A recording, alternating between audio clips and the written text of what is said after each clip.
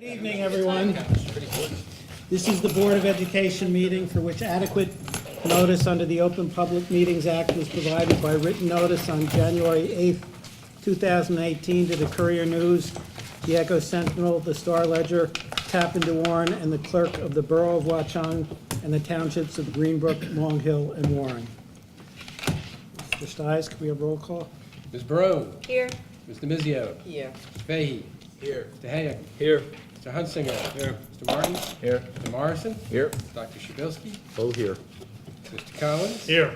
And Mr. Fallon. Yes. Irish? Please stand.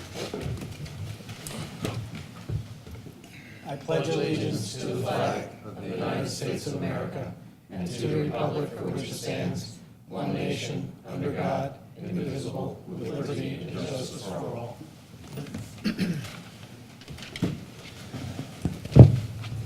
I will now entertain a motion to go into executive session in accordance with the provisions of the New Jersey Open Public Meetings Act. Be it hereby resolved that the board move into executive session to discuss confidential personnel and legal matters, after which action will be taken. It is expected that the matters discussed in executive session will be made public as soon as the need for confidentiality no longer exists. So moved. Second. All in favor? Aye. Thank you. Back in public session. First, I'll ask everyone to say hello to the President of the Long Hill Board of Education. It's Marta Mobley. Oh, welcome. Nice to meet you. First thing on the agenda is a presentation on the budget. Mr. Stiles?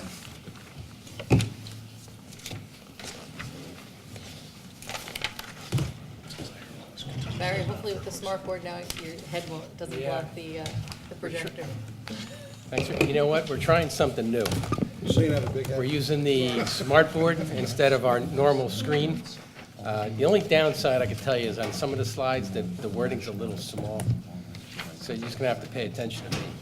Use your skills and make them. So I'll use my great presentations. One thing too, and as I'm going through this presentation, we had an operations meeting prior to this. So what I will do is some of the comments and questions that came up during operations, if you guys don't mind, I can kind of provide operations committee information. At the same time, I'm doing a budget presentation. How's that sound? That'd be great. Tim, thanks. Okay, so this is the preliminary budget presentation that we have for 18-19 school year. You know, a lot of the information is still forthcoming. The state aid's going to be slower this year. Can you guys hear me? Yeah. Okay. The state aid information is going to be slower. The governor's going to speak on March 13th to give his state of the state budget address. So that means we'll get state aid March 15th. The actual due date's the 20th to the county. But I think they're going to extend that, so I heard so far. So just to give you an idea of where we're going. And I usually start out the presentation acknowledging the board. We thank the board. I did a presentation for school boards. I think it was a week or so ago. One of the things I talked about was how the board's involved, and it's not just the Board of Education as a whole, but it's the committees. And all year long, we're talking about budget items during committee meetings. So that's always important to acknowledge, and the board works on the budget all year long. It's not just here at the board meetings. Our timeline, just to kind of give you guys where we were, where we are. So we start in October, gathering data. Takes about 3 months. We get all the information from our supervisors. We meet with them. We get information from our professionals, our lawyers, our architects, accountants if needed. And today we have an operations meeting where we discuss certain items in the budget. And we also have this preliminary discussion. And I'm going to just tell you about things that we see that are, on the revenue side that are helpful, hurtful, on the appropriation side that are in our favor, not so much in our favor, and also enrollment. On March 6th, we will have the preliminary budget presentation, and usually I distribute the budget books, if the board remembers.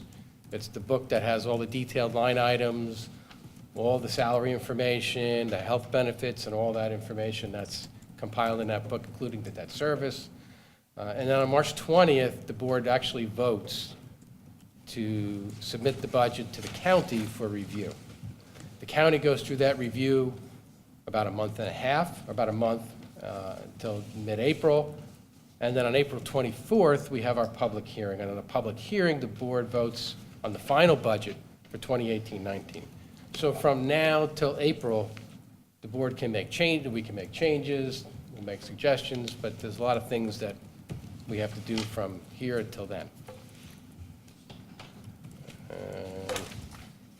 Just like that one night when I was talking to the board members along the county, one of the things that I had emphasized at that presentation was the importance of the strategic plan, which is great for us, the administration, that the board has this great strategic plan that gives us guidance. And later in the presentation, Liz is going to talk about some of the things that we included in our budget that are related to the strategic plan. That's a little tough to say.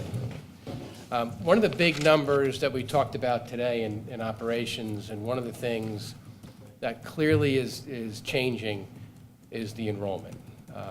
We were just under 2,300 back in 14-15, and now you can see our projection for next year is under 2,000 for the first time in a while. And during Personnel Committee, what we were talking about, what Chris brought up, was, well, have you looked at the other districts and where we're going to head down the road? So we don't have an enrollment, we don't have a demographic study right now. We're kind of, when I do a demographic study here, I like to do it with the descending districts. I can't quite get some of them on board right now because of the housing situation, particularly in Warren. I really need them on board. But what I can do is I can get their enrollments, which I did, and kind of just extrapolated it forward to where we're going to be all the way out to 2026, 2027. And again, this is based on information provided. It may not be 100% accurate because remember, things change from here till 10 years from now. So just understand that. But if everything goes as it looks, we'll be around 1,500 students in about 8 or 9 years. Now that, again, that could change, right, drastically.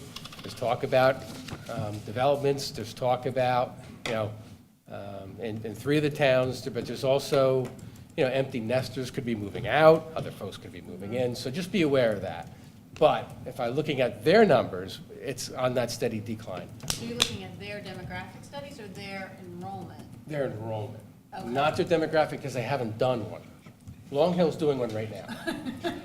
Yeah, that I know. Long Hill does them every 5 years. Yeah, I talked to Long Hill. I know they're doing them. In fact, I told her, go ahead, because we were going to do it together, but I said, go ahead, because I can't get Warren right now. And Watchung, they have a little bit of a shift in administration, so Okay. I'm kind of waiting for that to come back on board. But again, that projection down to 1,500 is based on what enrollment is now and is not taking into, and can't take into account currently any of the impact of the COA housing accommodations. None Right, of or that. any other things that the demographic studies Correct. look at, right? Correct. You're That's- just looking at enrollments and saying, okay, if this enrollment keeps going like this, It'll be a That's year where it at will this be, yeah. time. Yeah, so it's not an official number, it's not a demographic study number, it's just based on their current enrollments, and that could change. And again, the COA housing, a lot of different A things, couple but thousand units here or there, and across the street. yeah, Long Hill has to do a code too. Long Hill does. Warren's the biggest one because they got the most land available, Yeah, but we don't. anyway. So that's obviously a concern, at least a thought. On the revenue side, some things that we're looking at, the board made it very obvious that going beyond 2% is not, ain't gonna happen. So a 2% budget cap is an addition of $600,000. We're building that into our initial budget. Our state support, we are currently at 1.3 million. We got 100,000 more during the summer. And that's when the state decided to fund the formula a little more then they're not fully funding it, but they're funding it more than they have in the past. So we got more money. We got 100,000 more. That brought us up to 1.3 million. Everything I've heard, it's going to be the same. But that, we're not going to know until March 15th. Just a point I always kind of bring out. In 2008-09, our state aid was 1.7 million. So it's 10 years later, and we're not even where we were. So that's kind of how the state aid has gone the last 10 years. The send receive tuition number, and our largest one is Greenbrook, obviously. The rate is up 3%, a little more than 3%. Primarily, once the formula, it's cost per pupil, and once you start dropping more pupils, it is going to rise, that number is going to rise, there's no question about it. We've been working pretty well together over at Greenbrook and the BA and myself about predicting what the actual versus what the estimate is. Last year's number, we were off by $100,000, which in a $7 million is not a lot of, and we actually set up $100,000 reserve to handle that. So we owe Greenbrook $100,000, but we saw it in advance, and we set up a reserve of $100,000 to handle that. So we were pretty good on that respect. Overall, the number is up 7%. It's a little misleading because the year before, that adjustment was $350,000 or $400,000, just right around that. So that adjustment actually gets embedded into next year's tuition. So that lowered their last year's tuition and not so much in the next year. So that's about a $300,000 swing. So it kind of crept that number up to 7%. On the miscellaneous revenue side, we have a couple of good things. We moved banks to PPAC Gladstone. That's taking place as we speak, and it's actually going better than I thought it would. I was a little worried about it, although we'll see what happens when the paychecks come around. Who was it with before that? We were a TD Bank. Okay. So our net revenue, we're looking at a $60,000 bump, which is helpful. There's no question about it. And one of the things I like to point out is that we do rent out the school. We make consistently over $120,000 per year, and that's been terrific. Now we go by the policy. We're very careful on who uses our building. We want people who are going to take care of the place. We want to make sure that when they come here, they're not going to rip it apart. That's not acceptable. I know it's public property, but it's for our kids first. So we make sure that that the folks are vetted properly, and we get consistently $120,000. One thing is a little deceiving when you get into the details. We used $1.3 million in capital reserves a year ago for the budget, and it was mainly for older referendums. To finish our 2013 referendum, we added $700,000, and we had a $650,000 about use of capital reserve for the turf field, if you remember. And we paid that off using our capital reserve and debt service. So we're not going to we don't have that large number. So you'll see the numbers, when I get into the details in March, that our budgeted fund balance, which is use of our capital reserve, it dives down by about $1.6 million. So that's a big number, but it's deceptive because we did use those items to complete referendums. Okay, and on the appropriations, I'm going to take my glasses out for the appropriations side. Can't see it on the board. So the key things with the appropriations, the teacher's contract, which is it's in its fourth of 5 years, is at 2.6%. So that's great. I know what the number is, and I think the number's been trending higher. The health benefit item is the largest help with this budget. There's no question about it. We moved to School Health Insurance Fund, SHIF. We moved in January. That has created a very positive number for us in terms of budget.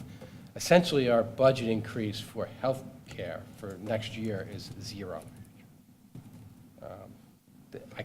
That's a big number. You're talking You know, health benefits alone are $6 million. Usually going up 13%. Usually, the state health is 13%. So if you're in a state health plan, it's 13%. We got 0. That's It's $750,000. That's very helpful. I mean, that's a big number. It gives us options at least this year. For, you know, it's something that the operations committee brought up, by the way, was, you know, you got to look past this year and you got to go past. So, you know, in terms of the enrollment dropping, you know, what positions are available down the road, because you'll see one of the things I talked about, I actually didn't talk about in salaries, is that, you know, we are looking at enrollment and we are looking at, you know, we're going to have to cut staff. There's just no question about it when you start dropping enrollment. So what we're proposing, at least in the start of this budget, there's 2 new positions which Liz can talk about, but we are dropping 3 in 3 departments based on enrollment. So our net decrease is 1 full-time equivalent right now. Now, what the operations committee talked about is look at other departments, look at administration, look at areas where you suggest a change, and maybe, even if you can't suggest that change, what would be the impact of that change, of that cut in a position. One thing that's not on this, too, is that we have dropped an administrative position over last year. We had an extra administrative position in building and grounds, that the operations, and we had actually 2 administrative positions, now we have 1. We eliminated a position. And the capital needs, you know, one of the items on the agenda tonight is the change of architect. And that's one thing, we really want to do a very thorough assessment of our building and of our programs, and how the programs fit the building and the building fit the programs. So most of the items we took that are academic, we did take off of the budget. There's 2 exceptions. One is the music tech lab, which we are committing to a position. That's one of our new positions. And also the space and the equipment. Assuming that we approve the architect tonight, we will have a discussion almost immediately on where to put that Waiting position. outside to come in so we can start talking. Yeah, where to put that position and what a program typically looks like. We have some items in the budget that are kind of placeholders at the moment, but we want to kind of hone in on that and see exactly what we need, where we want to put it. But that's a priority with this budget. And then the other one is the locker room, the gym 7A locker room, which we've talked about for a long time, but we've had about enough of it. It really, it's in state of disrepair. It's very old. I know our students here will tell you it's just not good. So that is a priority. I did talk preliminarily with the new architect and kind of got an idea of what the cost is. It's not cheap, folks. It's $300 approximate a square foot, which is about $1.2 million. That's a 4,000 square foot locker room. It's a lot of money. And that's what the bids were coming in at. But we'll see. I mean, you know, it's something that's on the budget, in the budget right now. We have the tennis courts we decided to defer. I can only get one of these larger projects in under the cap structure as it is. And there's far more students will use the locker rooms than will the tennis courts.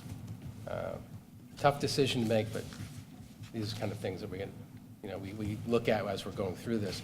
And the maker spaces, the academic areas, that again, we really want to have a detailed discussion with our architect and a plan, because we really want to utilize this building the way it should be used. And we don't want to start the project and not have a great plan. It's best that we have a coherent plan that's going to work. Debt service, you're going to notice that, you know, when you see the numbers, you're going to say, wow, that really went down. But we paid off the turf field. We got our state aid, and we got our capital reserve we used, so it's $1 million less than it was last year. Again, deceiving because we used our own money and state funds to pay that, but on a budget side, you'll see that, and I'm just kind of alerting you to that. On a special ed discussion that we had we also had it in operations. It's one of the costs that we struggle with.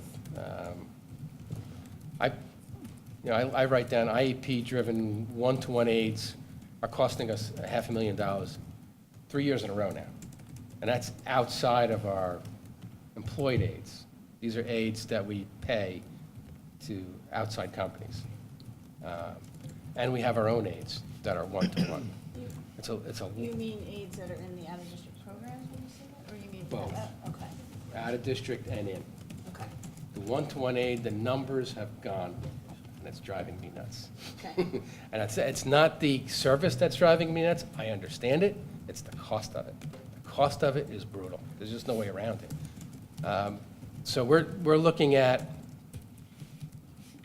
taking a deep dive into that cost, both in-house and what goes out-of-district. It's something, you know, numbers are quite high. Our out-of-district tuition costs have been over $2 million now for the second straight year. And that's based on numbers coming in and what we know is going out. And one of the things we struggle with that is that, like I said every year, you know, we have the kids till 21. That's tough. You know, that's a long time for those costs to be have those, and that's, you know, I don't know. That's just it's a spot I hope we can kind of get under control. Special ed does kind of tend to go like that. You have good years, you have bad years, and right now we're in a bad swing. There's just no way around it. The numbers are high. And it hits transportation too. So it drives that cost up. So, Tim, there is discussion that's occurring right now at the state level regarding the funding of special ed, and if there were some sort of state-designed solution that would take the burden off the district, that would be favorable to us, correct? Oh, yes. Yes, absolutely.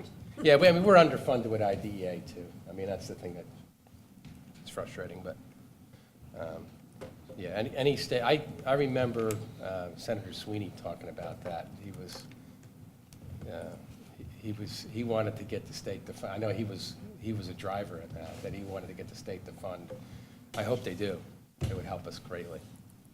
And then the final piece is, and I'll allow Liz to kind of discuss that, but the actualization of our strategic plan goals. It's something when we start the process, all of our forms that we send to our administrators have the strategic plan goals in them. And what we try to do when we're putting the budget together is make them justify what they're putting in based on our strategic plan goals. And isn't just myself and Liz. Beth is in the room, Mary Ellen's in the room, our curriculum director George is in the room, our principal, and these folks are grilled. Exactly, you know, why are you adding this? How does this fit into our plan? So I'll allow Liz to expand on. Thank you, Mr. Stein. Just a question first. When the discussion with the architect takes place, will there be a discussion about a space for robotics? That might be related to what you're going to say. Yeah, and so one of the things, so I'll address that and talk about this. What we want to talk to the architect about is a space for all of the things we've talked about. One of the, you know, the comments that I've made to the board recently, we have a lot of projects in mind, but we need, one of the things we were really looking for during the interviews with the architects was the planning piece and their ability to holistically look at our building and all of the different programs and different construction items that we're looking at and help us develop a plan for the best use of space and the best way to prioritize those items. Because that's what, you know, we've talked about robotics, we've talked about the innovation lab, we've talked about the culinary arts room, a lot of things. And what we want to make sure we do before we commit to any of them is that we're using the best space for it, so that, you know, a year down the road when we decide to do something else, it's, well, if, you know, the architect says, well, if I had known that a year ago, then we would have done this differently. So one of the things that the committee talked a lot with the architectural firms about was the planning piece. So as soon as the architect hopefully gets approved tonight, we're going to be setting up a meeting with them to really go through everything that we've talked Is the about. music lab included in that, or is that already decided, where the music lab? No, will the be? music That's lab not is part of decided, that the music discussion. lab is in the budget because that's one of the projects that we feel is timely Right. and we want to get But that as far done. as the space, But we know, and that's what we'll we. talk about that with the architect Yes, and all because we that. want to talk to them about the best use of space for that. And the other Right. piece that the architect talked about was really designing space to be flexible, so that we're not locked into, if we do put something somewhere, that we do have some flexibility around some of the spaces that we create. So we're not gonna get an underwater tank for the robotics room, because then you can't really move that around.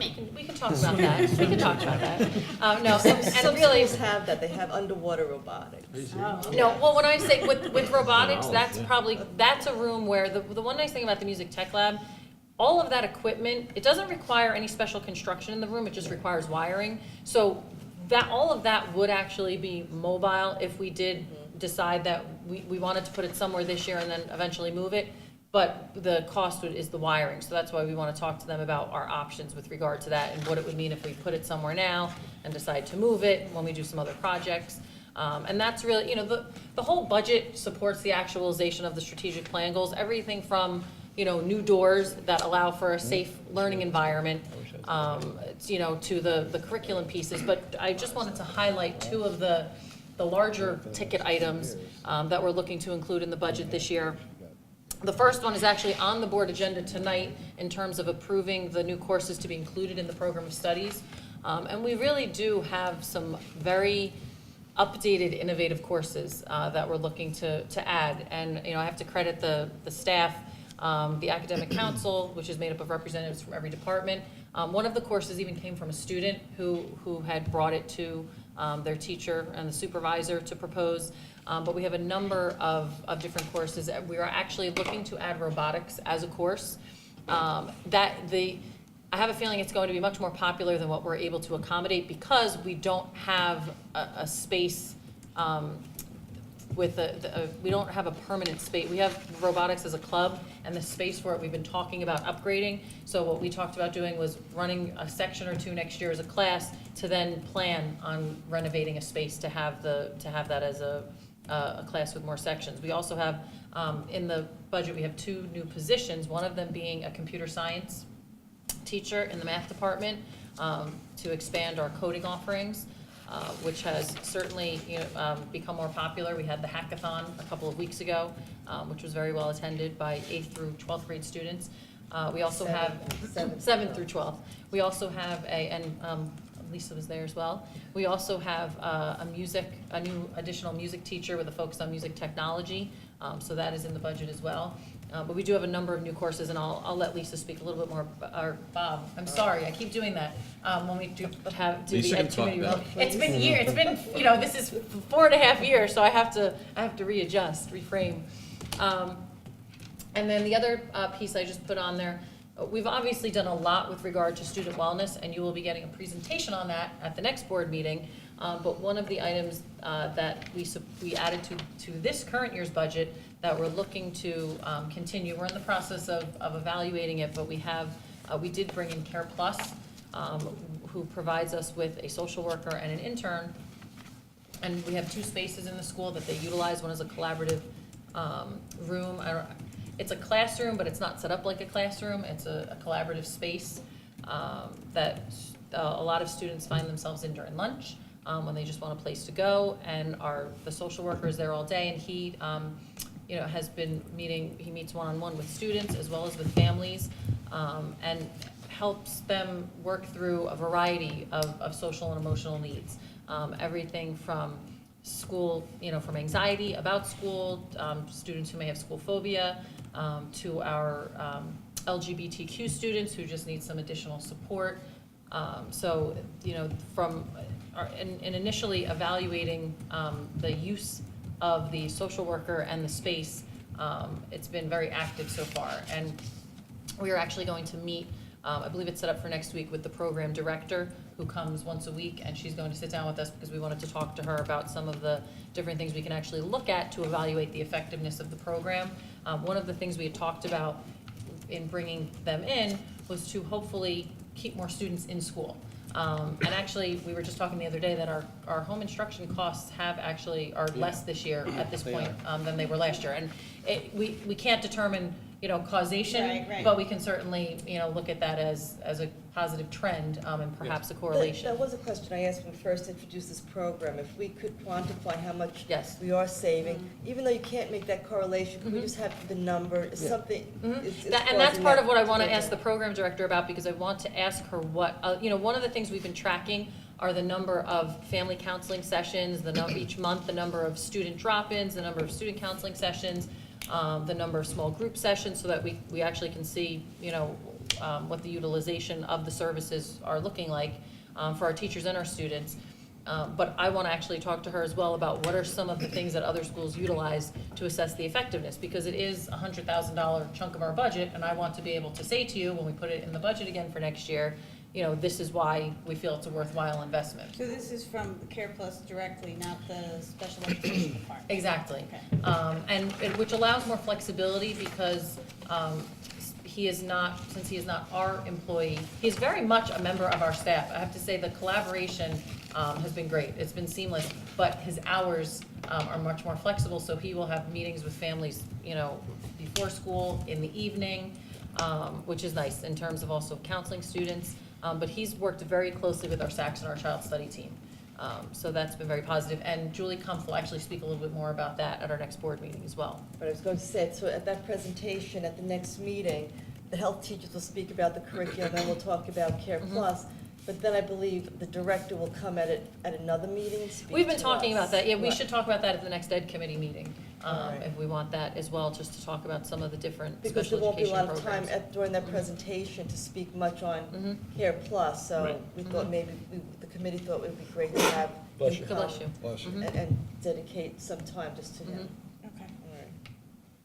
Yeah, a So- couple operations items. One of the things that, and Greg had brought it up last year, but, what the question was, what percentage of the budget do we actually have discretion in, which is kind of fixed? So I kind of ran down the numbers, and it's kind of a tough calculation because things can change. But if just looking, everything kind of stayed the same, you have about 5% of the budget, which is a couple $1,000,000, and the rest of it is kind of set in stone. Now, again, you can wholesale change things, but if you were keeping things the same, that would be the number where you probably have some decision-making to do. And then the other thing, I didn't really put it on my appropriations, but it is worth mentioning, and I talked about it with operations a little bit. It's year 2 of the one-to-ones. So that's a $150,000 expenditure that is in this budget for the Chromebooks. So it would be then the freshmen and the sophomores would then have them. So just kind of worth talking about. Yeah, so can I just clarify something about robotics? We'll have an instructor, but there's no money in the budget for next year for the space. When will that be? Well, and the reason we did not allocate money for a number, for the innovation lab, the makerspace that we've been talking about, the robotics room, is we simply don't have a realistic estimate right now. So we're trying to keep that, as much money as we can in capital reserve, so that we can then allocate it. And nor do we have an idea of where the best space would be. Yeah. And that's really what I kind of want to know. But the music lab will be funded for next year. I just want to Yes. know what is being funded when, that's all. But That's the music plan. lab And the really, rest the will bottom be line for the further other out. pieces is just because we don't have a realistic idea of where to put them or how to budget for them. And we don't want to come to you with a made-up number and the board say, oh, this sounds great, and then find out it's 5 times that, when it actually comes to be, so. Yeah, I mean, again, And- going back to the foods lab where we started at one number, we kind of Yes, escalated. that's We're kind of what we use as We're an trying to example, avoid which- that and yes. come up with a plan that we know we can live with, but also an efficient plan that we can, if we can do it cheaper and more efficiently, maybe this architect will see something that we haven't seen. We'll have a much better idea once we meet. But the one thing that, as long as everything goes as planned and the board approves it, the music tech lab, we want to get that done for next year because the plan is to offer those courses starting in September. Now, it would be great if the architect says to us, you know what, these 2 other projects you have in mind, we can actually do those in, this is a shorter time frame, or that's what we really want to find out. So it really is exciting because, there's a lot of things we've talked about, and looking at what some other schools have done and the experience the architects have, I think it's gonna add to our conversations, and we'll really be able to develop a plan to move forward. And then the makerspace, so you don't really have a defined idea of what you want to do, is that still like, where are we with that? Do you have a defined idea of what we want to do? I don't know if I would say defined, If again. you're looking for a space, what will you direct this architect to do? I think what we're going to do is talk to them about what we want in the space, in the maker space, and what we were thinking in terms of the location in the school, and then see what they come back with. You know, there are things in the research that we've done, because we have talked, we've done some visits to some other locations and met with some different people who have expertise in this area. And they all, you know, do say a couple of consistent things. One is that you want it to be in a location where people see it.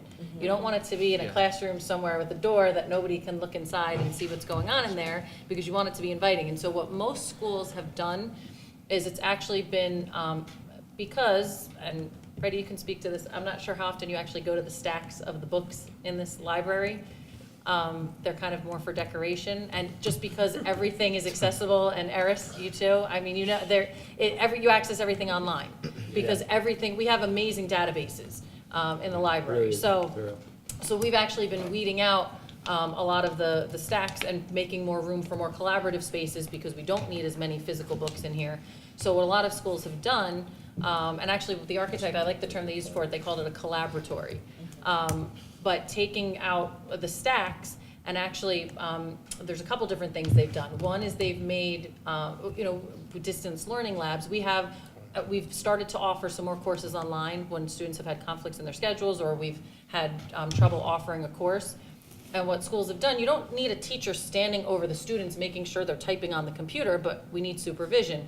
So they've used removable glass partitions, so that you create a glass classroom that's separate from the rest of the library, so that you know it's quiet, but you can see the students working in there on the computer, and you can move the glass walls. And that's what they've done for a lot of the maker spaces as well, is they've made them these glass enclosed spaces in the media center, so that you can see what's going on in there, and it invites other students to come in.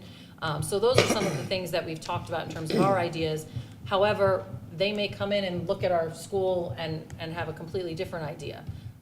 Because a lot of these architects, as those of you that are on the committee saw, they've done a number of these spaces in different schools. So we are really excited to get some ideas from them. But if you come in the library at any given point in the day, you don't, you know, it's very different from what I remember a library in school, where it's shh, and, you know, you actually have students talking, working together, encouraged to actually talk to each other, because that's what the space is utilized more for now. So. So bottom line is, we're better off getting the architect involved first, so he can evaluate what we have. Absolutely. And then make suggestions about what we can do with it. So we don't present him with a design, they present us. I'm not saying that we present him with the design, but to give him an idea of what we want, so he could design the appropriate no. space. And that's for exactly our what they said their needs. That's approach would be, is they would meet with Right. all the parties involved and get an idea of what we're thinking, Right. and then, you know, give us some options. Any other questions? Any Yes, thoughts? sir. Cool. Thank you, Tim. Thank you, Liz.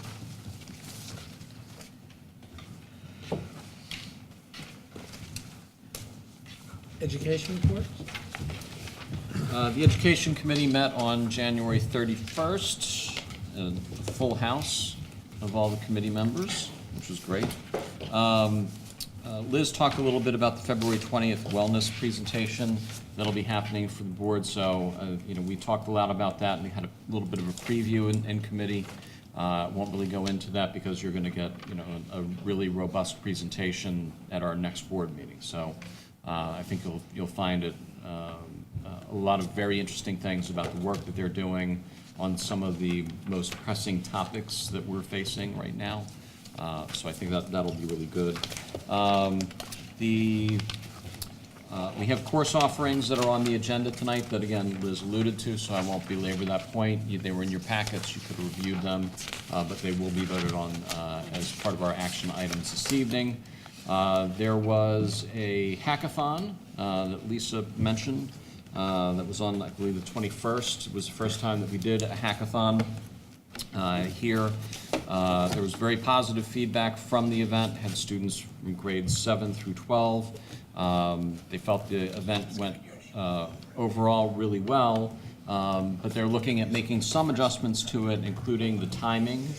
So they're looking to actually move this to the fall instead of in January, the way that they did it this year. Looking at engaging some other schools as well. But overall, the students were, very happy with it. The faculty that supported it were very pleased, and I think it's one of these things that you get the first one out of the way, so you figure out what you can do to make it better, and then you build from there. So I think it was a good first step, and I also want to thank the board for funding that, because that wasn't something that we had the funding for initially, and as a board, we felt it was important that they get the opportunity to try to get this in this year, so that was great. The item that we spent a good bit of time on was the one-to-one Chromebook initiative. So Mr. Bayachek and Mr. D'Alessio provided us with an update on the pilot. We're now 5 months into the first year of the pilot. And Mr. Bayachek gave us some statistics on the use and kind of the connection levels. And the way they look at it is every 2 hours in blocks, they could see how many connections they had within that 2-hour period. And then based on that, they can see how the Chromebooks are being used throughout the day. And on average, there's about 420 connections within that 2-hour period. The weakest of the periods is the last 2-hour block of the day when students are scaling out and moving out of the building. So See early leave. so that gives us some sense of the usage level. We did ask for some other metrics that we could have, the board could have access to on how we really evaluate and judge the effectiveness of this program. So that's one of the things that we talked about. We wanted to get some feedback from the faculty about how they're using the Chromebooks, but particularly discussing how it relates to the use of textbooks.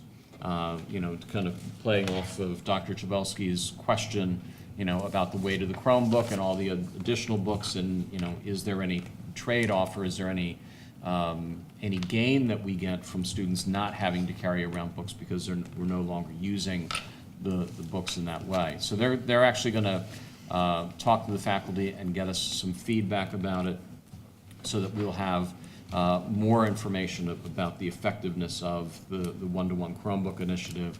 And as Mr. Stiles alluded to, we're making an additional investment so that we go to year 2 of this. But I think one of the things that we really wanted to stress to Brian or Mr. Bayachek and Mr. D'Alessio is really make sure that we have some metrics in place so that we know, how effective this program is, and is it achieving the goals that we've set out for the board. So those are my notes. Lisa or Barry or John, Peter, any additions? No, I think you covered it. If you don't mind, can I give the Ed Council report now because it's related? Yeah, I was going to mention that, so you Can I just ask a question about the Chromebooks? Well, this is related. Oh, okay. Yeah, Because the Education Council met on January 30th, and that's a committee that's required under our collective bargaining agreement. There are board members, the superintendent, and representatives from the faculty that attend. There were 3 faculty members there. Pete and I attended, and Liz. And we discussed the one-to-one Chromebooks, and the teachers presented us with just a short survey that they had taken. This is from the teachers, or is this from you? No, that was from they're presenting a teacher, supervisors? they're gonna have the teachers complete a survey. That was just some Well, initial data we got from the Right, supervisors, right. So who we got have from their some idea from the teachers. supervisors how Chromebooks are used in the classrooms in their department. So it varies. So we'll be getting more information about that. And we were informed that in the core classes, ebooks have been, this is Greg's concern, ebooks, how often do they use so students don't have to carry textbooks? They're being used on a limited basis right now in the core classes, but as Bob mentioned, they will be doing a survey with teachers to see who's using them and who's not, and what's available and what's not. So we don't have that information right now, what's available, what's not available, and who is using what is available. So hopefully And if I could just add, one of the teachers pointed out, that in his class, and it's one of the core classes, he tells the students to take the hard copy book home at the beginning of the year, leave it home, and only, anytime he refers to something from the book, he uses the Chromebook or the e-books to do that, so that they won't be carrying the books back and forth. That's not necessarily something that all the teachers do, but Right. he did mention that. Right, so our concerns are out there with the teachers, with the administration, and we'll hopefully get more information shortly. One of the, if I can just add that one of the teachers that was there shared, he was out with the flu for 3 to 4 days the week prior to our meeting, and he was saying how, he was able to communicate with his classes via Google Classroom, continuously throughout the week. And that's what some of the staff members were saying, there's, the sub-plans are basically aligned, because it's saying, tell the students to go to Google Classroom. And he said, he didn't even realize one of his students actually was absent, but was logged into Google Classroom during class. So, he said it was really effective for being able to continue instruction while he was out sick. I just have more of a top-down question, because I'm not clear. In terms of, what did Mr. Bayless? What was his name? Bayachek. So, he's the technology what? So Brian Bayachek is our Director of Informational Technology, the hardware piece. Okay. And Mike DeLessio is our Director of Instructional Technology. But that's encompassed, he's also in charge of the Science Department and Assessment. Okay, so here's my question. Going through it in the Long Hill, our conversations always revolved around making sure the teachers have enough supervisory support and training support so that these don't become paperweights. So if DeLessio has 3 jobs, can he, or how do we make sure that the teachers are, one, provided the training and support that they need, or incentivized to use this device outside of like their evaluative piece? So 2 things, and I'll actually let Beth address the professional development piece of it.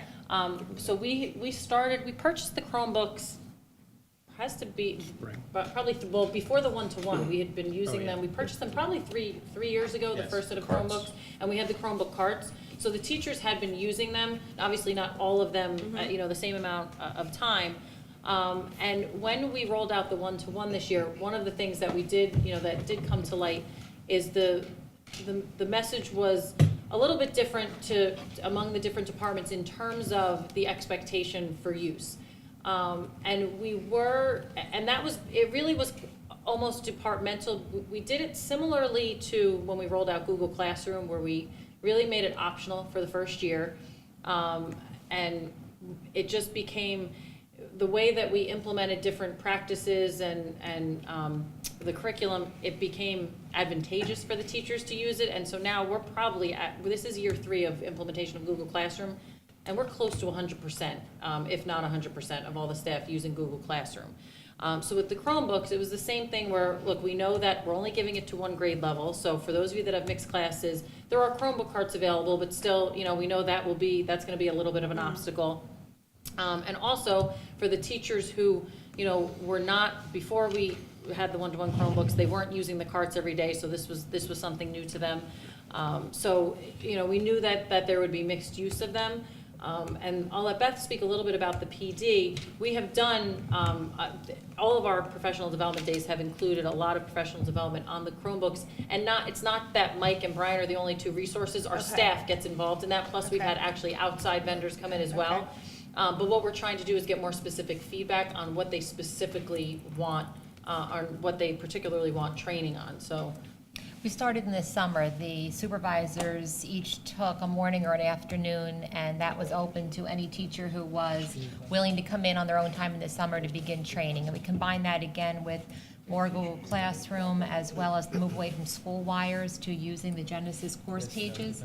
So teachers did take advantage of that in the summer, and that was shared among different supervisors. And then in September, we had teacher trainers who were comfortable and who were on the tech committee who offered workshops specifically on the Chromebooks on GoGuardian. In September, we repeated again in October. And then in October, what's nice is with that shared day, we had teachers throughout all of the sending districts in our district who offered additional training. So we haven't we haven't missed an opportunity to include the training. The tech committee members give me feedback.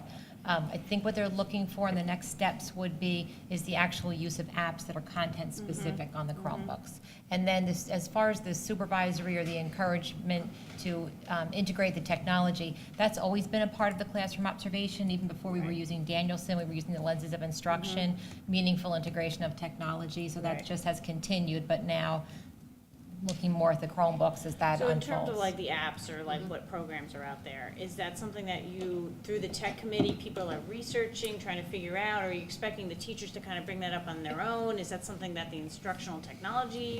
It's a combination of combination, the, yeah. because, for Okay. example, in the budget for for the science department, Mike D'Alessio had said, you know what, so my teachers had expressed that they would be able to use this more if it had A, B, and C installed on it.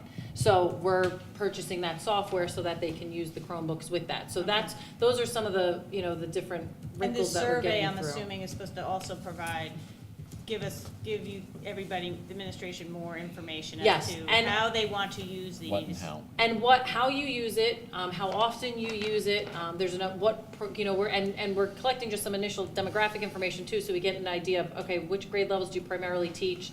And then we also, at Ed Council, we actually talked about, because one of the Ed Council teachers who was there is on tech committee, we talked about adding the question regarding textbooks versus, hard textbooks versus ebooks. And then the plan also is to send a survey out to the freshmen after we collect the information from the staff. But part of it is also finding out from the staff, now that they've used them, what is it that they specifically want more professional development on? And then, Please. oh, go ahead. No, No, I have more. finish your, I have more in my report, if you have something related to Chromebooks. of course I do. So, you mentioned that there were 420 connections in a 2-hour period. Was there a statistic on duration of connection, purpose of connection, or just a flat 420 connections in 2 hours? Yeah, they just shared with us the 420 over and that was the average, but he showed us how it ramped up during the course of the day from the morning, then ramping down in the afternoon. But it was just the average for that 2 hour. And Greg, so you understand, that was literally a day or two after the last meeting, and I asked Liz, do we have any way to come up with a number? And Brian had just done that day, but as Bob mentioned, we're looking to develop better metrics, so things that you want questioned or Yeah. measured, please give us some input. Sure, because I mean, obviously that could be, I just turned it on, connected, turned it Right. off, I looked up a word in the dictionary and turned it off. I mean, we have to understand, and I'm sure everyone appreciates it, this is a huge investment. It's $156,000 a year for 4 years, and I assume that after that $600,000+ investment, the first-year ones need to be turned over and updated, so this is an ongoing, It's $150 per You're year. absolutely right. Correct. Yes. Yeah. in perpetuity. Yes. And so if we're not getting the bang for the buck, then why are we spending this money? And I would think at a minimum, we would want this to be an e-reader. And I'm not saying that that's its only purpose, but why do we have paper when you've got a gizmo that can hold it all? There you go.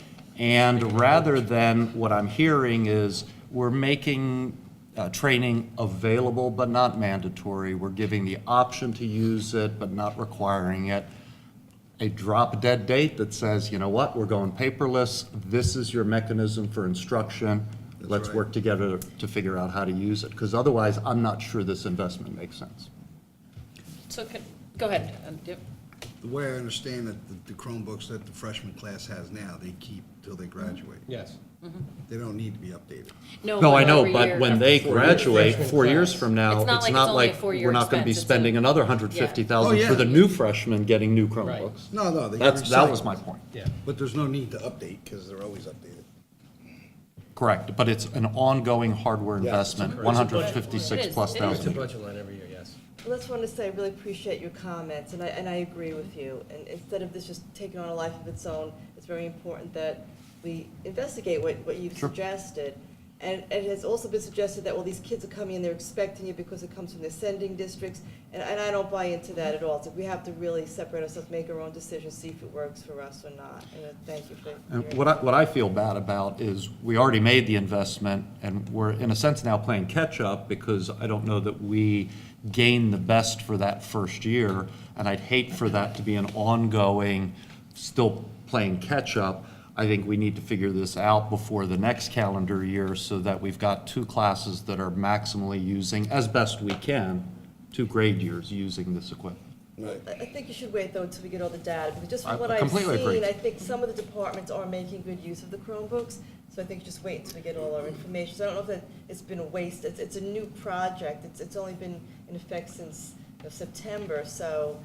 Well, the wasted opportunity comment is a general comment. If I'm getting feedback that less than 20% of the time the device is being used, it's a big investment for not a lot of return. And, I appreciate you know, I think we often struggle with timetables, and we study things, but we need to create some reasonable timetables and an expectation that there's a response and a change in that time. Yeah, and this was part of my last hiatus from the board when this one-to-one initiative was approved, but my understanding is that this year is still a pilot program. And there are, to me, there are logical reasons why you don't come down and make a lot of hard, fast rules on dates and everybody's gonna implement it in the first year of a pilot. I might even say you might wait till you're in your third year, but that's an area for board discussion. And It's then- kind of hard to turn around after a third year, once you're three-quarters away. But if you're And 1 year, 300,000 then. if you're 1 year into a pilot, yeah, you've got to make decisions as to whether or not it makes sense. But I would still say to you that having a hard, fast rule, teachers are going to do this by such and such a date, may not be the best way for this school to proceed. Yeah, and like I said, my experience is unless there's support for the training and supervisory There is. support and instructional technology, people are there supporting teachers all the way through this, it's not gonna get used. So that is the investment that, we want this to work, in my mind, that's the investment we have to Well, make. and what you, Go ahead, Bob. And it just comes down to anything else we talk about. How do we measure success? What are the benchmarks? What are we going to put up at the front end that we're going to then evaluate? So at the back end, we go, yeah, this was a home run, or this was really close. We need to tweak some things, and next year will be a home run. And I think at this point in time, you know, part of the catch-up is what are those metrics that we're going to look at? So I think that's why there's a little bit of a sense of urgency to be able to address it now and gain as much information as we can to make next year even better. And Peter, I agree with your pilot comment, but in a month, we have to have a preliminary approval of another $156,000. So that's why I'm suggesting we do have a short time window, because the next $156,000 is not that far down the road either. Yeah, and I agree, and I think, you know, we need to get metrics.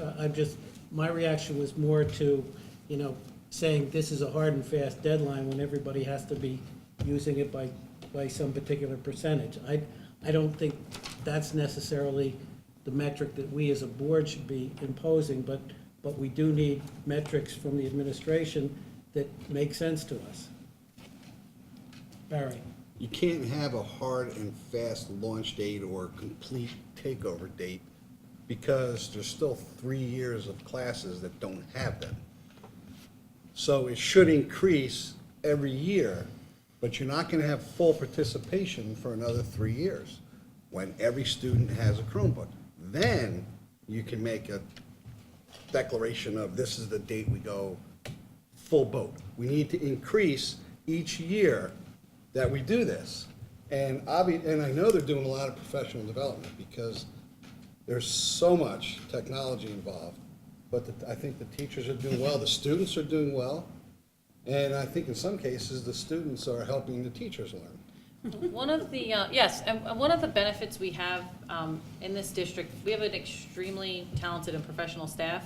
And as we were talking about our technology staff, it's been in terms of we have the directors, the 2 directors of technology, and their support technicians. we have not increased that staff in, I don't know how many years. So the way that we deal with a lot of our, new technology advances is we get it out to the staff so that certain members of the staff really embrace it and become experts, and then we use them to get it out to the rest of the staff. And that's been very successful with the other, with particularly when we switched over to the Google Suite. First we transitioned to Gmail. And then we started introducing Google Drive, and then we introduced Google Classroom. But to expect everyone to have it implemented day one is not realistic or feasible, because we don't have the resources to ensure that everyone is going to be fully on board with it. And also, it's, we worked this out with Google Classroom where we had the early adopters who really embraced it, and then it kind of rippled out from there to the rest of the staff. And even at the Ed Council meeting, they started talking about the three teachers that were there. One of them was talking about something that they utilized the Chromebooks for, and another teacher said, oh, I didn't know it could do that. We need to, I want to talk to you more about that. So it does take about 3 years to get anything fully implemented. However, respecting what Dr. Shabilsky said, Google Classroom was free to implement, so there's a big difference between that and this. Yeah, so while we're not going to know in 6 months if this is, going to work out, ultimately, we need to have data to be able to say to the board if if we're asking you to make the investment for a second year in a row. So all these questions are fair, and I appreciate some of the additional metrics that you asked for. If there's other information that the board would like us to gather, and this is something, again, that the tech committee is talking about in terms of how we can evaluate this, but please, send it our way if there's additional things that you would like us to get.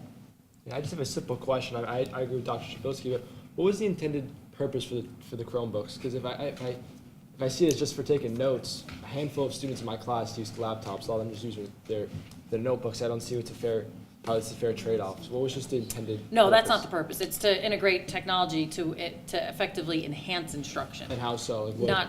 It depends on the class. I mean, the Chromebooks themselves, when we had the carts, you couldn't sign up for them as a teacher if you didn't sign up for them way in advance, because they were utilized in all the classes. So a lot of them use them in class for Google Classroom for collaboration among the students. I know, in English class, and again, it's really more the content on the Chromebook.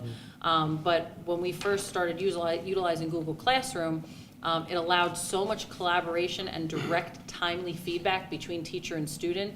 And that's the number one way to help students grow and improve, is not for them to get feedback 3 weeks later, they hand in a paper and get it back when it's graded 3 weeks later, but to get ongoing feedback on a collaborative document. I think Google Classroom has been the greatest thing. So just to clarify, so I better know, the Chromebooks have been a better way to utilize Google Classroom for all of the That's one example. And then there's other classes that utilize certain apps and software, and that's really what's still being developed. physics and And stuff. there's, I think it'd be helpful for all the board members to see this. Yeah. That was really a rough. It's a rough draft.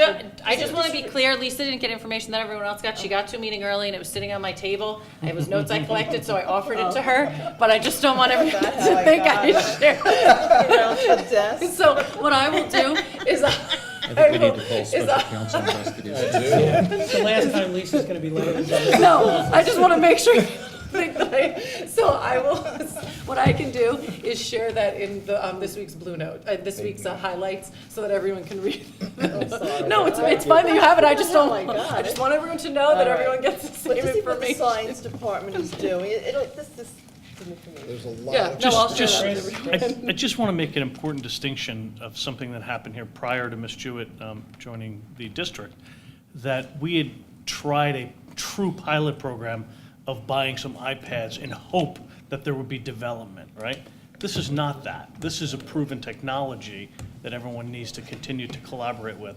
But this is the future. So some kids have computers, some don't. This is a way we're making sure that all students are going to be on the same page, but with proven technology that's built. Mr. President, if I could just Yes. add a few, just a couple things to be aware of. One of the things from a nuts and bolts standpoint, we did have this kind of a hybrid where it was bring your own device. which caused problems with our network. I can tell you, these lovely devices, they're problematic. There's too many of them, and it's a lot of traffic. And not to mention, we can't keep an eye on them. The Chromebooks we can with GoGuardian. So that's an added benefit. That's just something the IT fellas tell me. In terms of decision with budget, we're going to pass out budget information on March 6th. 6th? Yes. Okay. The 20th is the vote on the preliminary budget, and you can make changes all the way through April. So you do have some time. That doesn't mean you shouldn't get all the information you need, because it is $150,000, you're right. And it's $150,000 per year, forever. I mean, that's the idea. That's the way we kind of work this program. So just kind of giving you timelines, but it's something that the committees should probably discuss sooner rather than later, because you do have like a 2-month window where you do want to make that decision. Lisa? At the Ed Council, we also discussed the integrity guidelines, and in department meetings, teachers are discussing how to better their practices, and that includes assessments, how they give their assessments. And related to that, the board has discussed students receiving their tests back, and I just want to, even though it's not really related to the integrity guidelines, I want to throw that out. I think that's something maybe somebody, some teacher committee should be discussing. How can we get these tests back to students, that the teachers just have to create new tests every year? Because I think most board members feel that that is important, and want to see, unless, if anyone disagrees, say so, but it's a little bit more of a burden on teachers, but I think that it's important. And then we also just discussed the change in the calendar, taking back the day around President's Day, and that any conflicts, if teachers had already made any plans, that was all taken care of with the administration, and everyone seems to be satisfied now and understands why it needed to be done. And then just on the integrity stuff, I just want to make sure, we talked a little bit about having a timeline as to when we're expecting some sort of plan, procedures, future policy, what is the plan and timelines? And I think that'll help a lot of us.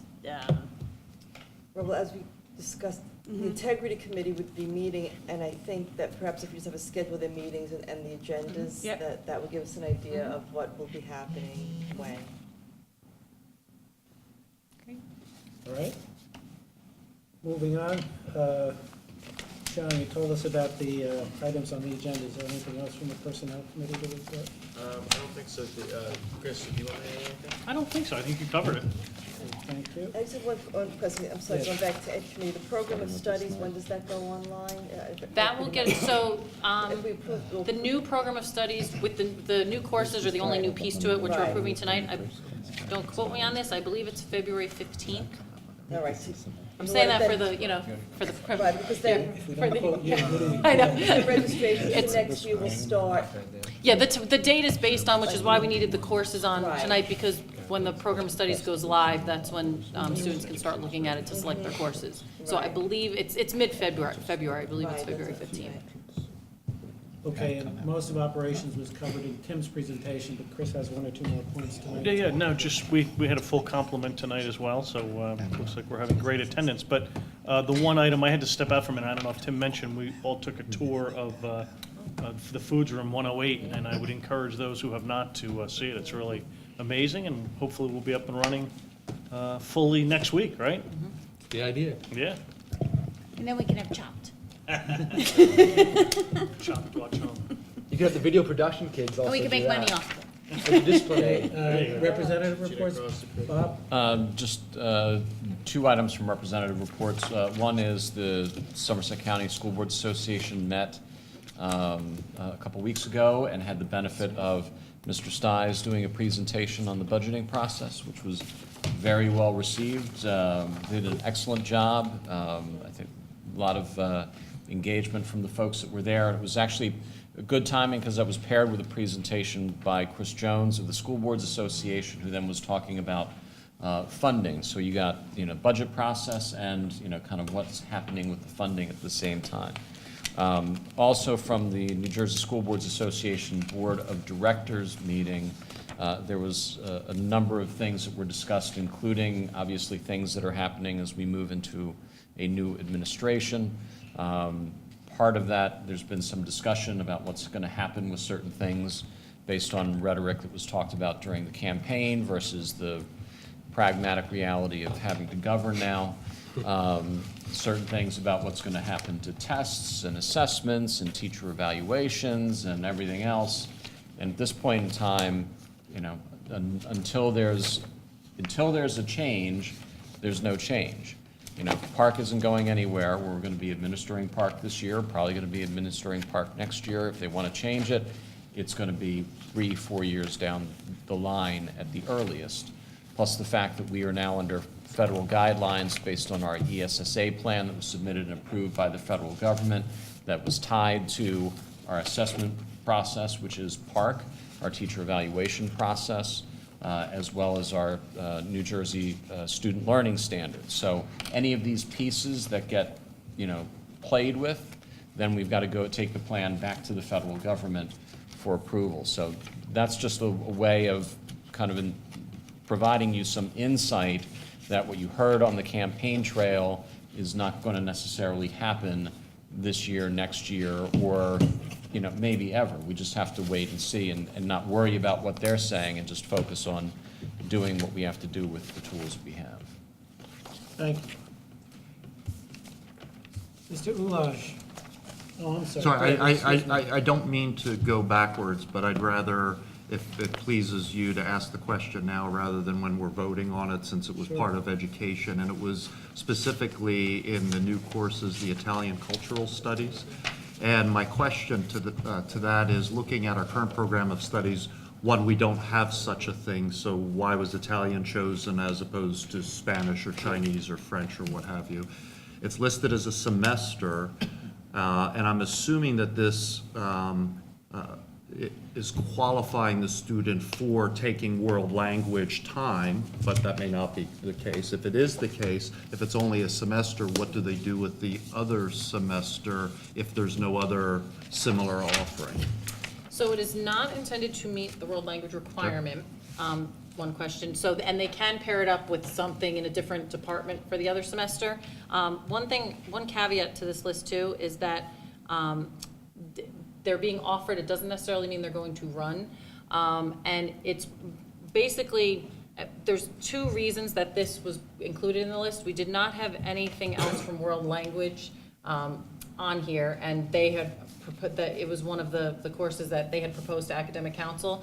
And it's really kind of an experiment to see how doing a non-language based course in a world language goes in terms of student interest. And then if it's something that we decide we want to expand. But it's really, you know, the courses that get proposed, it's a mix of things that some have come from administration really to the academic council of, okay, looking at our strategic plan, these are the things we're looking to offer. And then there's also the ones that come in from the teachers.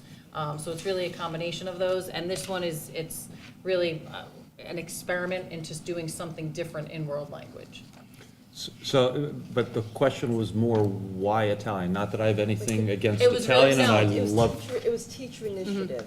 So the Italian teacher submitted a proposal to the academic council, which was accepted for the reasons Liz stated. So if a Spanish teacher had come forward, then perhaps that would have been selected. So it's really up to someone to present. In this case, she took the initiative, had the idea. And this is also the Italian teacher that had the program at that great program at Montclair State. So it grew out of that she- a little bit, that- too. That she was recognized for, so it's all related to that. But again, you do bring up a piece with the scheduling, because for that teacher, 2 sections of it, we need to have enough students to run 2 sections of it for the year in order to fill that teacher's schedule. So again, it's something that, it's out there. The likelihood of it running, I don't know. It's really going to depend on student interest. But part of the question is somewhat of a process question. So an individual teacher proposes this, and while that may be great and that teacher's enthusiastic about it, how does that fit into a big picture? And I guess I'm not sure that I understand that big picture in lieu of our challenges with maintaining a German program, and I suspect Italian may fall the same way. And now we're investing potentially in something that may not have broad appeal, whereas I would think that there are other options that may have broader. And I understand That's that not- this was That's not true. teacher-generated. No, but The the Italian. students have to subscribe to it, though. If the s- Understand. We don't incur costs if no one registers for it. And the student Italian interest. program is strong here. That may be. But it is not the Can I most just make a voluminous. I'm just trying to look Can I- forward. Can I make it, because apparently not all board members understand how the academic council works. So let me just say, it's a huge improvement of the way courses were selected in the past. I sat on the committee saying what should be approved and not approved. So it's all different now. And perhaps Mary Ellen can come to the board and explain this whole process That would be of helpful. who's on the council and how Because they one make of their these, decisions. isn't one of these courses I remember sitting there was a student? Yes, brought the it up. emerging self was So from a emerging student. self, and during the, I mean, Mary Ellen had explained why that was on there and why it was being submitted, and the idea being that a student had brought it up, she thought it was great, it met, you know, but it wasn't like vetted as, well, how many people do we think is going to go in? It was more vetted as, a student brought it up, let's But see it what was more than, happens. but she So- went through a teacher, and they do Right. consider the strategic Right. plan, what we're trying Correct. to accomplish in the overall Correct. curriculum. Correct, correct. Right. I have a question about the robotics class.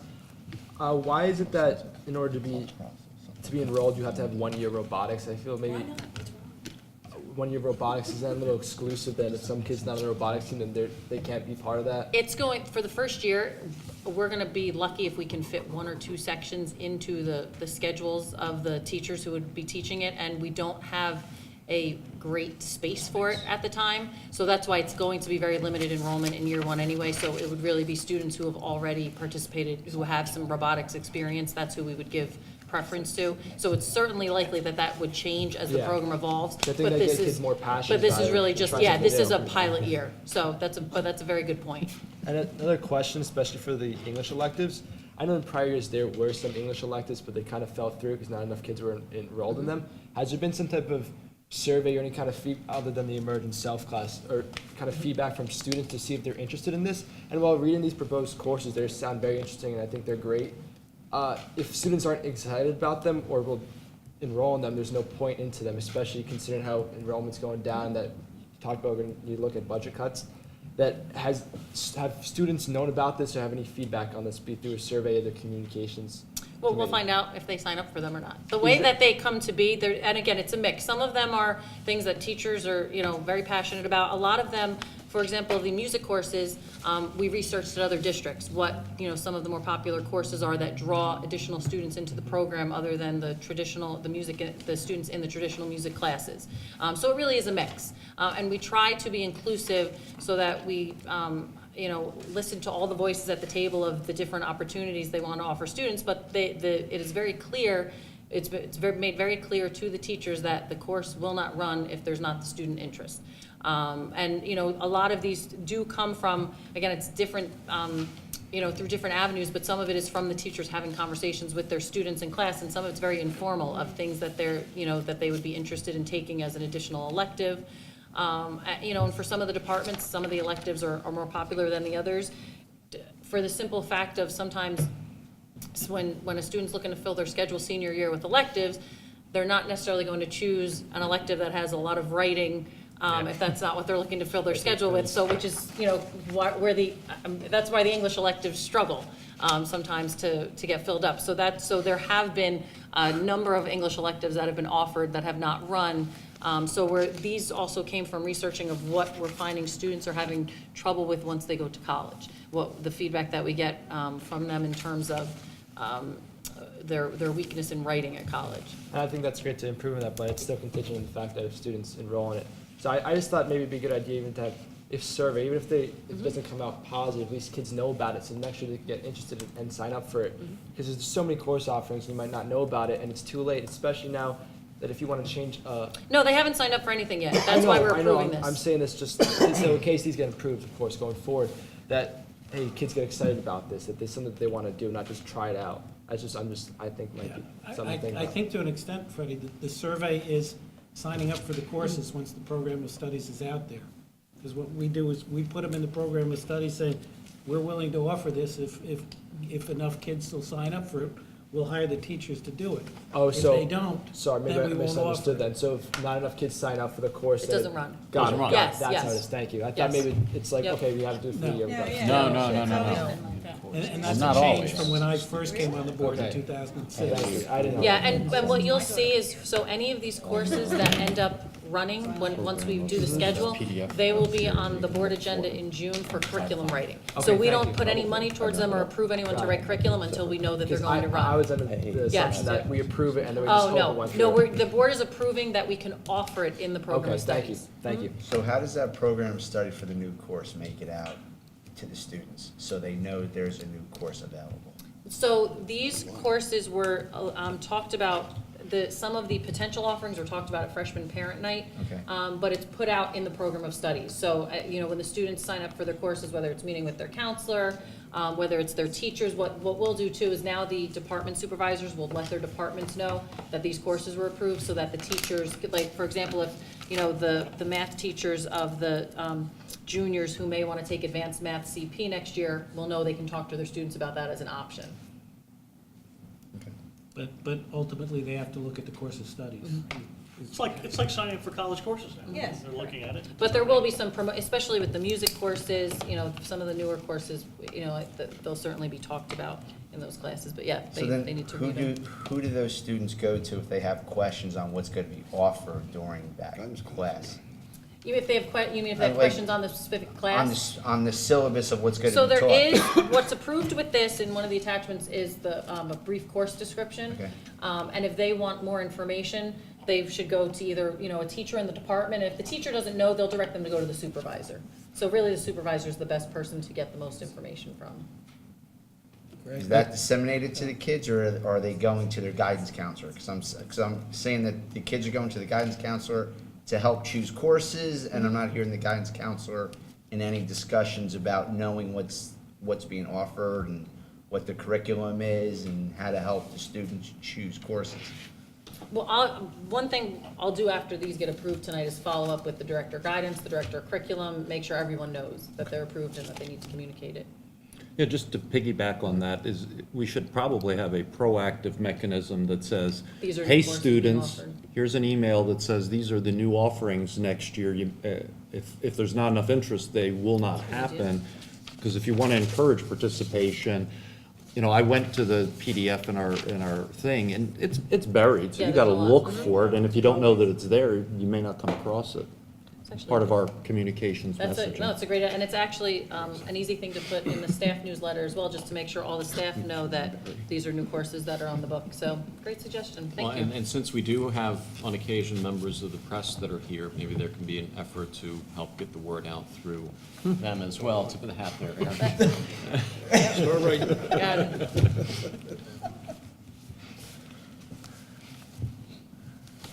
Great, great Anything suggestion. else?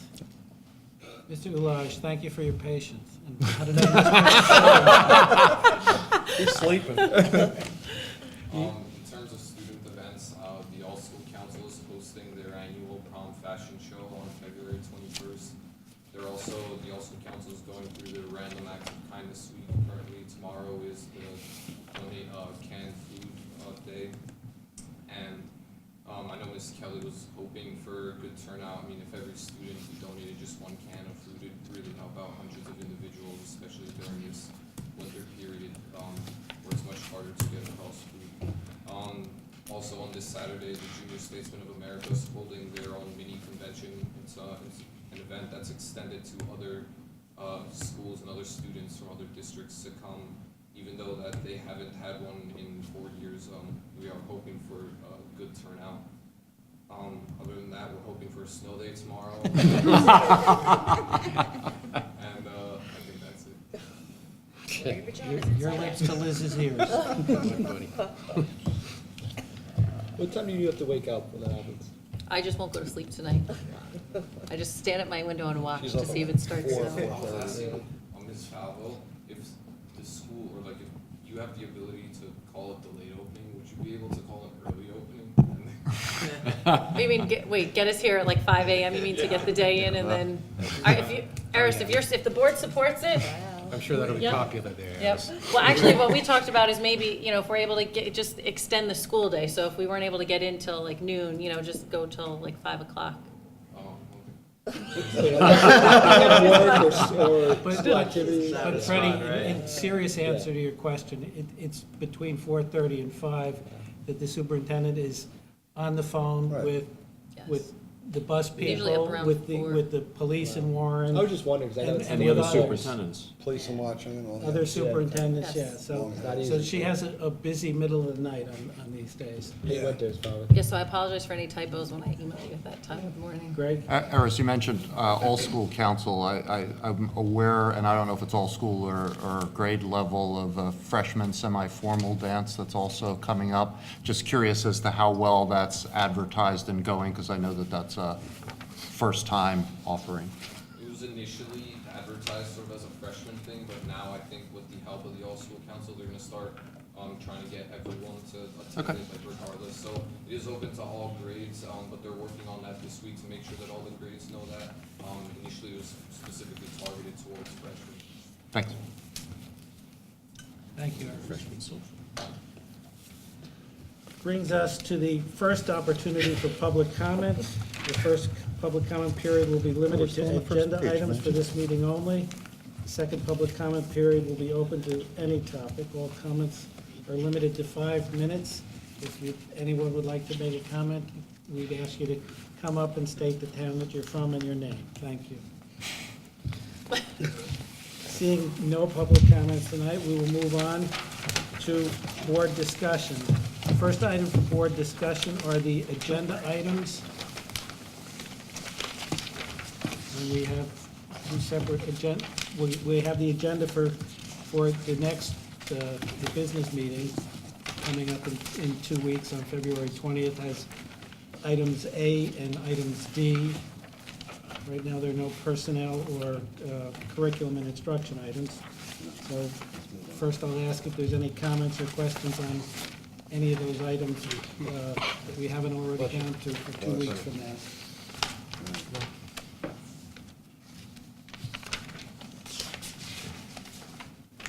Okay, next, I guess we'll have the agenda item discussions for tonight's action items after we move them. So the next item here is future discussion items. Mr. Morrison. Just want to make sure we get back on the agenda, the progress toward the board goals.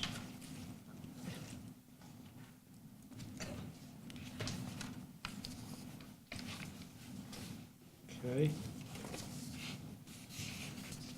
Anyone else have in mind now any particular items they want for future discussion? Dr. Shabilsky? I mean, this just came to my mind. We had talked about that ad hoc alternative financing some number of years back, and just our discussion and operations about kicking the tennis courts down yet another year kind of refreshed my memory about that. And, you know, at some point, we're going to have to find money for some of these projects outside of what we are confined to in a 2% cap world, and perhaps some effort at resurrecting that process is in order. And we do have an alternative financing committee this year. We do have to schedule a meeting. Yes. Yeah, we got a lot to talk about. We have booster clubs to talk about. We got, actually, exactly what you're talking about, the signage on the fields. I think you should join us on that committee. So, Gee, thanks for the invite. so we do need a committee, yes. Particularly for and the booster club is a big deal, because that does tie into some of this funding. Yes. So I do need a meeting, guys. So maybe you can forward my office some dates, and we can kind of, it's you guys. I think it's you too, so. I'll tell you. There's only us two? Outside. I think so. Is there anybody else? No, I'm pretty sure there's 3, but. Is there 3? It's me, myself. Yeah, You want a he's on Bruce? it. Yeah. Both of his personalities. So if you guys can send me some dates and times that work. What works for you, Tim? I work for you, your pleasure, my friend. He serves at the Whatever- pleasure of the Thursday board, at right? That's it, whatever you 7 guys need, you just tell me what works best for you. Well, before we do that, can you put out an agenda of what you would like to talk Sure. about? Yeah. Because if not, we can talk and kick the can down. the Yeah, what road, I'll do so- is I'll send you guys a note of what we need to speak about, and thanks for bringing that up. And Yeah. if anybody else has any items that they occur to them late at night or on another day about discussion items, feel free to let the Before to superintendent. let Peter Send it to me and Liz, and we'll work something out. Let's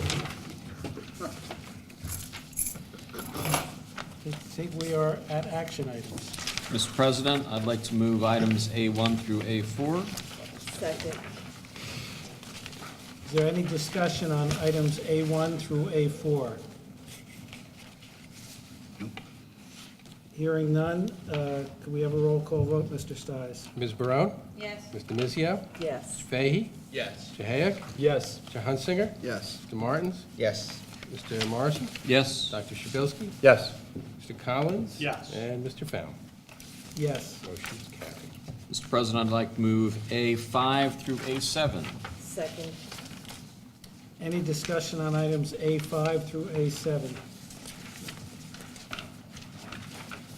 Can we have a roll call vote, Mr. Stiles? Ms. Barone? Yes. Mr. Mizio? Mr. Yes. Fahey? Yes. Mr. Hayek? Yes. Mr. Hunsinger? Yes. Mr. Morrison? Yes. Dr. Shabilsky? Yes. Mr. Collins? Yes. And Mr. Fallon? Yes. Motion's carried. Mr. President, I'd like to move item B1. Second. Any further discussion on item B1? Can we have a roll call vote, Mr. Stiles? Ms. Barone? Yes. Mr. Mizio? Mr. Yes. Fahey? Yes. Mr. Hayek? Yes. Mr. Hunsinger? Yes. Mr. Martins? Yes. Mr. Morrison? Yes. Dr. Shabilsky? Yes. Mr. Collins? Yes. And Mr. Fallon? Yes. Motion's carried. Mr. President, I'd like to move D1 through D3. Second. Is there any discussion on resolutions D1 through D3? How many architects were interviewed? We had 10 responses, we interviewed 6, we cut that down to 2. The final 2 were interviewed by the Operations Committee and by our administration, meaning principal, And the metric for decision-making was in the beginning or in the end? at the end? Well, basically, once we got down to this, the 6, I used more of a numeric scale based on I had a point system based on the actual RFP. So I kind of scaled it for each point. That's what brought me to the 6. Okay. From that point on, it was essentially just the interview process and what worked best for this school. And specifically the planning piece, really the overarching thought process was the planning and how do we address the educational needs of the students with the space that we have. So that was really the main goal, and the 2 architects the last 2 were the best at that particular piece. And then when we brought them back, the one kind of shined above the other. I think that was kind of unanimous. We also did follow up on all of the sources that they had. In other words, I talked to You mean the like school. references? I talked to all the BAs and Okay. found out, so we were pretty comfortable with this choice. Any further discussion or questions on D1 to D3? Mr. Stiles, can we have a roll call vote, please? Ms. Barone? Yes. Mr. Mizio? Yes. Mr. Fahey? Yes. Mr. Hayek? Yes. Mr. Hunsinger? Yes. Mr. Martins? Yes. Mr. Morrison? Yes. Dr. Shabilsky? Yes. Mr. Collins? Yes. And Mr. Fallon? Yes. Motion's carried. That brings us to the second opportunity for public comment, which is not limited to agenda items. If anyone would like to address the board, we invite you to come up at this time. Again, seeing none. Other business? I have a Lisa? question on this parent academy. It said it's for 7th and 8th graders, and it's for all sending districts. Now, I haven't heard anything from Long Hill about this. I don't know if Long Hill was informed about this, a curriculum night in Greenbrook for 7th and 8th grade parents. I was wondering, who's the parent academy? Actually, the 7th grade parents have a meeting scheduled for tomorrow night, so I don't think anybody knows about this. So it says it builds on the curriculum night from January 29th, which is for 8th grade parents, so I don't, what is this all Greenbrook hosted about? that last year and invited us to come and speak at it. Okay. And so this year, they decided to open it up to all the sending So this is districts. sponsored by Greenbrook, and so it's, okay. And they invite us to go, so some of our administrators go over there to talk to their But so it parents. is for 7th and 8th grade parents, then. Okay, thank you. Any other business? Yeah, one comment, kind of relates to wellness. When you come to lunch in the library during lunch period, there's a lot of students here that are doing work, and a lot of them are familiar faces. They're either here to get work done, or because maybe they don't have any, a place to sit at lunch. And a lot of those kids, they go out without eating throughout the entire day because the teachers don't allow them. So I thought maybe suggest them to the operations committee or to the administration that maybe there's a classroom or a policy that can change so that students can get work done during lunch and still be able to eat at the same time, so that they're not hungry and they're not distracted when they're in class for the rest of the day. And that's something that people have brought up to me, and it's an issue. I think the school we could work on. It's like a work study during lunch. where they Yes, can- yes. where Because I know it's- you can't eat in the library, and it's understandable. It's carpets, there's computers, but then these kids, the students, they don't get to eat, and that's a problem.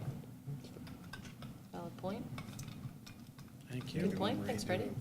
We redo the space, we can include an area. Yeah. Any other business or new business? I say June 3 and 4. Just a quick comment. I love the way tonight's meeting went. You know, from the standpoint of, we had, you know, it's the work session is working the way that it's supposed to, where we're actually able to dive deep into topics, really dig in on committee reports, have some substantive conversation and back and forth. So, you know, I was really pleased with the discussion this evening. Yeah, I think we got into some things in good detail, and hopefully we can continue that. I think it is working as well. I think it is working well as well. Good. I'm waiting for a motion. Motion to adjourn.